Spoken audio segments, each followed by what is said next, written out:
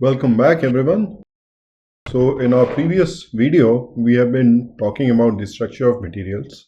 And when we were talking about the structure of materials, we saw that materials actually have a very hierarchical structure, starting from electronic structure to atomic structure, full-fledged lattice.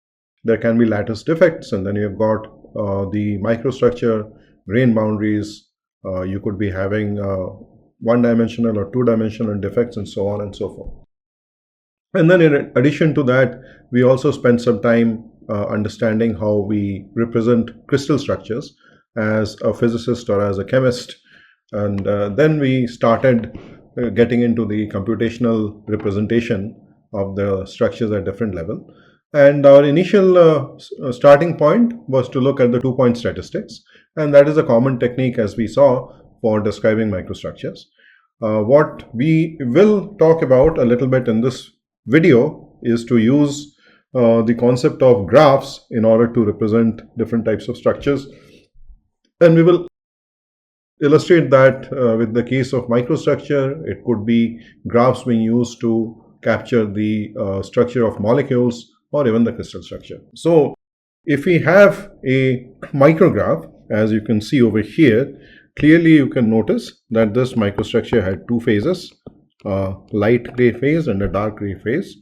So when we go for this two-point statistics, what we basically do is we will have to do some sort of a thresholding, and therefore now your bright phase and dark phase becomes separated very clearly.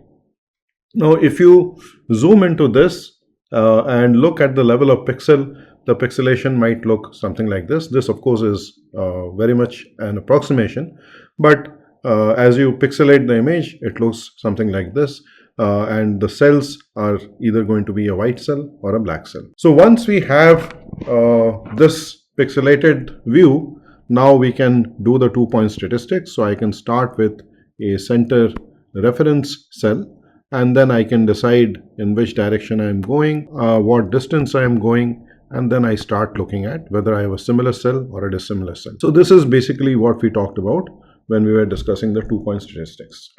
Now, if you look at a microstructure from a slightly different standpoint, you will see a bunch of grains, and then what you will also notice, you will also see that these grains have got triple junctions. Basically, these are places where three grains are sort of meeting, and you basically have three grain boundaries meeting at the triple junction. And you can have lots and lots of triple junctions like that. Now, these triple junctions are connected by lines or edges, which is basically what we call the grain boundary. So you can also visualize the microstructure, instead of looking at the pixelated image like this, as a network of points which are connected to each other. In other words, you can think of the microstructure as a graph where you have got nodes and you have got edges. So these triple junctions then start acting as the nodes, and then the grain boundaries which connect the two triple junctions, they start acting as the edges in this particular graph. So what we basically see, you can use two-point statistics to depict the microstructures, and in addition to that, you can also use this graph type of model to depict the microstructures. Now, both have their own strengths and weaknesses. The two-point statistics will give you very nice spatial correlations in the microstructure. This is excellent if you have multi-phase microstructures.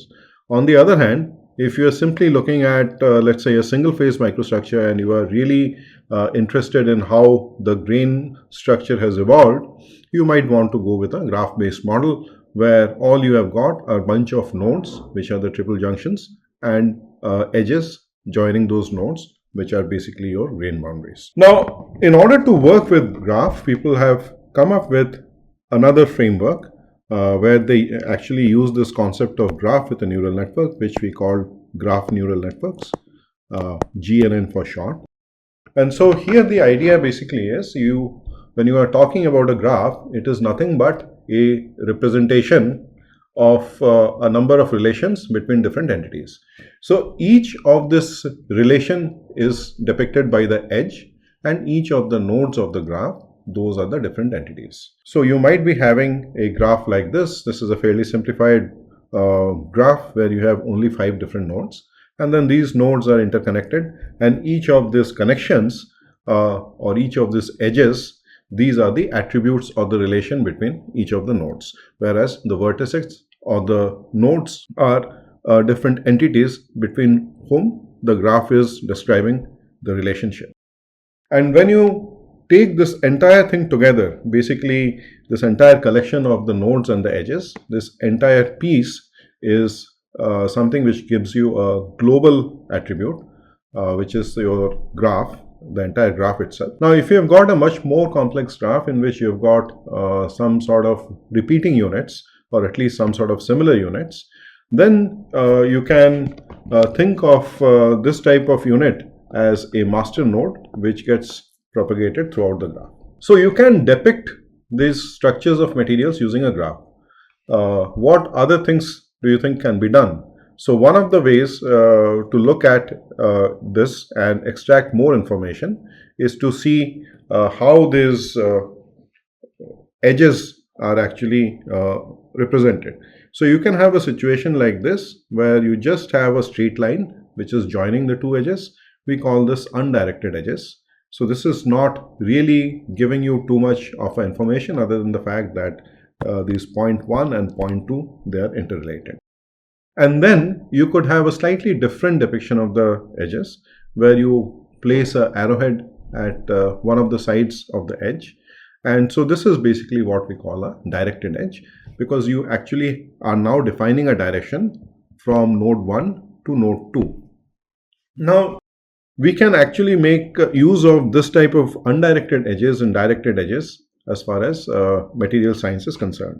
So if you have a situation, for example, that the bonding is highly directional, as you would have in some of the ionic solids, then you might want to depict the relation with this sort of an arrow. So this tells you that there is a certain directionality in the bonding, supposing these individual nodes are representing two different atoms. So when you are trying to actually show the entire molecule, you can start showing the directionality of the bonding inside the molecule. So depending on how you are using the edges, you can actually capture a good amount of information by using this type of graph-like structure. So let us actually see how this would look like. Well, if we, let's say, take a look at a molecule which looks like this, then this molecule itself can be represented as a graph. So each of the atoms in the molecule, you can think of that as a node, and then the bonds which form the between these atoms, these are basically going to be the edges of these nodes. So as we discussed, these edges are primarily capturing the relationship between the nodes. So in this case, what that basically means is the edges are capturing the type of bonding that you have got between the different atoms in a molecule like this. Now, the visual representation is one thing, but then in addition to the visual representation, we also need to find a way of extracting more information and more quantitative information.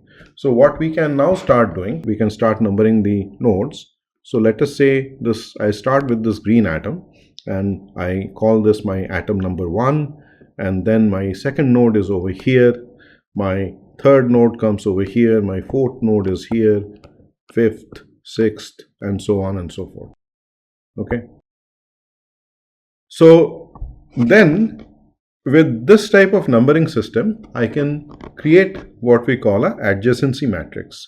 So adjacency matrix basically tells you which of the nodes are going to be adjacent to each other. In other words, which of the nodes actually have a relationship that is depicted by an edge. So let's say I start here with node 1, and then I have got 2, 3, 4, 5, 6, and so on and so forth. All right. So here what this basically says that my node 1 is connected only to node 2. As per this figure, you can see that node 1 is connected only to one node, which is node 2 or the blue atom. Node 2, however, is connected to other nodes, So node 2 is going to be connected to node 1. Node 2 is also connected to node 3. And if this is 4, this is 5, let us call this node 6. Node 2 is also connected to node 6. So as you go across this row, you start building up the adjacency matrix like this. When you go down, you will see that node 2 is connected to node 1, node 2 is connected to node 3, node 2 is connected to node 6, and so on. So similarly, we can do the same thing for this one. So this is now basically connected to two different nodes. So node 3, so I can look at node 3 in this direction, or I can look at node 3 in this direction. So node 3 is connected to node 2, node 3 is also connected to node 4. And if I go down this, I again see that node 3 is connected to node 2, node 3 is connected to node 4, and so on and so forth. So as you complete the adjacency matrix, you now start coming up with a description as to which node or which atom in this molecule is connected to which other atom. So this is one way in which you are describing the molecular structure. So when we talk about graph neural networks, we have got graph level tasks and we have got node level tasks. So for graph level task, our goal is basically to predict the properties of the entire graph. And here what we do is we take the entire graph as an input. So supposing I have got a molecule which looks somewhat like this. Let me just quickly sketch out the molecule. So this is my molecule, and what I see over here is I have got this one hexagonal ring-like structure. So let this be graph 1. Now I take a look at the second graph, and the second graph might be looking something like this. So I again have got this ring-like structure, but then there is a slight difference in the sense that I have got a double ring instead of having a single ring. So because the molecular structure has now changed, the properties of the molecule will also change. So supposing we have a situation that let us say molecules with two rings, they will be having a certain specific type of smell. So then basically what my output is, it is going to put a label on this double ring molecule showing that I actually do have a double ring. So if your input is going to be this graph 2, your output will end up simply ensuring that we have identified this double ring structure in case of this molecule. So similarly, when you try to do the same thing with graph 1, the basic idea is you should be able to identify that this has got a single ring structure and not a double ring structure. Now, why this is important? Because maybe you can use this type of structure to make some sort of classification related to the properties of this specific molecule. And this is really not such an abstract problem. As you in fact change the number of rings, the molecule that you are making is changing, and then properties like the smell indeed do change. So for example, you can have a single ring molecule like this. You have got this resonating bond over here. So this is your benzene molecule that has a characteristic smell. Or you could have this type of a double ring molecule, and this is basically what we call naphthalene, and the smell of naphthalene is different. Or you could have a triple ring molecule. A triple ring molecule like this is basically what we call anthracene, and anthracene almost has no smell, unlike benzene or naphthalene. So one can in fact start depicting organic molecules using graphs, and then by sort of labeling the key nodes of the graph or key sections of the graph, one can start doing some sort of a classification of the properties. The other type of tasks that we attempt to do over here are the node level tasks. And so here once again your input is still going to be a graph only. It is going to be just a graph. However, what we are now trying to do, instead of trying to identify any repeating units, we are actually trying to label the nodes. So as we take this graph as an input, we might say that atoms of one sort, which let me depict here by this colored circles. So these will have one label. So let me call this atom 1. And then you have this open circles, which is atom 2. And then you will have some other third type of atom, which is forming in the structure in this region, right? So essentially what happens is, by looking at the adjacency of this type of atoms, I start figuring out that the environments are different, and by using some ideas of symmetry, one can start classifying that this, and this, they are same type of atoms. This atom and this atom again is the same type of atom, and then these atoms are also similar atoms. So you can start labeling the nodes of the graph. So if you are able to label the nodes, now you know the basic attributes of the different entities in the graph. And if you are able to label the sections of the graph where the nodes are connected with some of the edges, you are now actually identifying and extracting some graph level information as well. Now, the challenge with using this graph type of neural networks is that as the number of nodes increase, these neural networks starts becoming heavy really soon. And that is something which is not suitable for us, because we would end up paying a heavy computational penalty. So for example, even if I take a fairly simple case over here, I have got 8 different nodes. And if I have got 8 different nodes, and if I try to relate all of these nodes, then the total number of relations will be 8 times 7 divided by 2, right?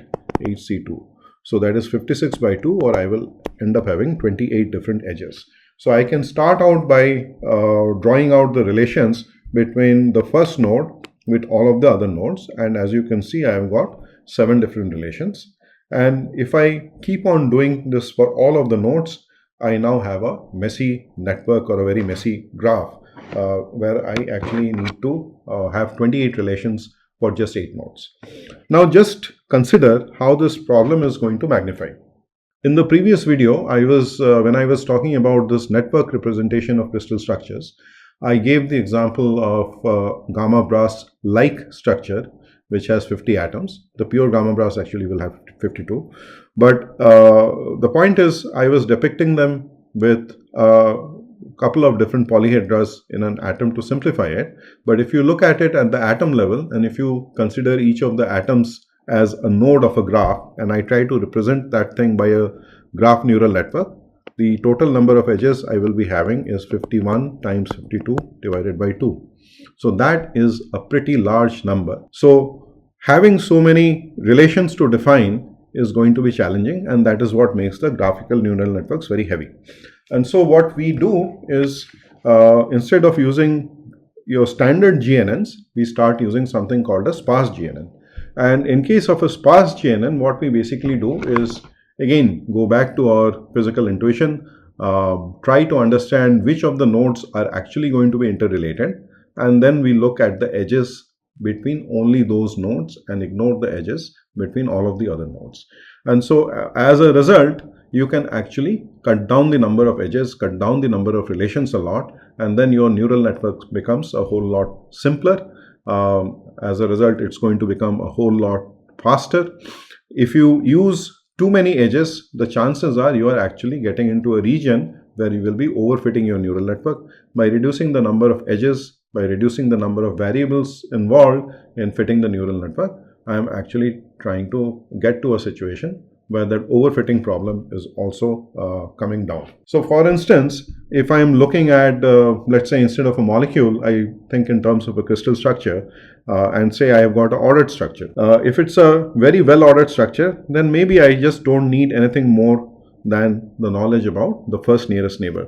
So then my node is going to look something like this. So this node only has 4 edges going from it. Supposing the structure is not that well ordered, and there is some sort of a little bit of disordering coming into the play, then instead of looking only at the first nearest neighbors, I may actually have to make things a little bit more complex and start looking at the second nearest neighbor. And so in that case, my node starts having a few more additional edges.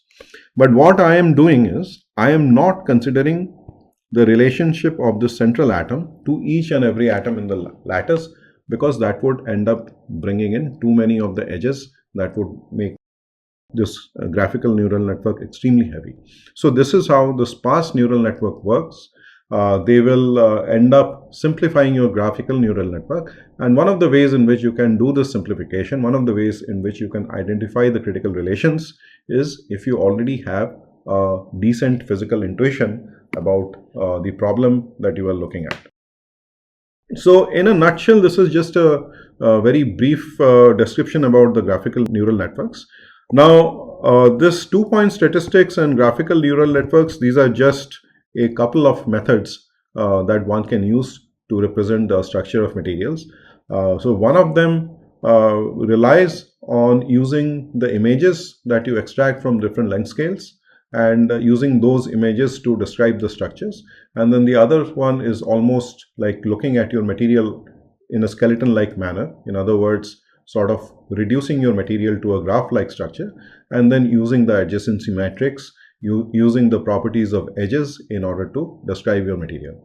So I hope with this you now have a flavor of how complex the hierarchical nature of materials can become and what type of representation one can do computationally in the context of materials informatics in order to describe this types of materials. So as we go forward, we will now start taking up examples to explain how do we start doing the property prediction for materials and so on and so forth. And that is something that we will take up as we move to the next lecture. Thank you very much for your attention.